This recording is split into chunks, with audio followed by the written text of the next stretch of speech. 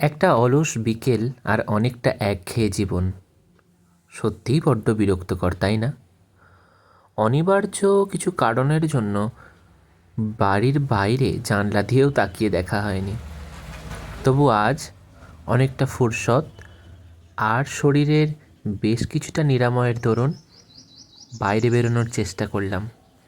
প্রথমে জানলা দিয়ে পড়ন্ত সূর্যের এক স্তিমিত আকাশ রক্তিম আভাযুক্ত, তারপরে পাড়ার বাইরেটায় টুকটাক হাঁটাহাঁটি।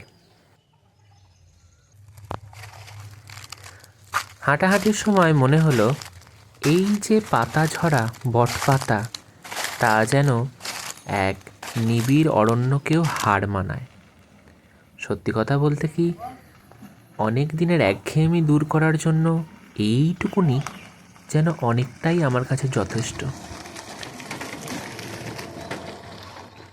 যদিও আজ একটা গুরুত্বপূর্ণ দিন। আজ ছিল হনুমান জয়ন্তী।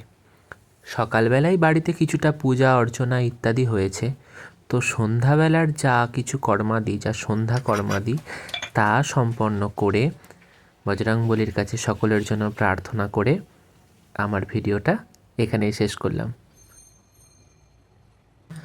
ভিডিওটা ভালো লাগলে লাইক, কমেন্ট, সাবস্ক্রাইব করবেন আর আপনার প্রিয়জন বন্ধুদের সাথে ভিডিওটা অবশ্যই শেয়ার করবেন।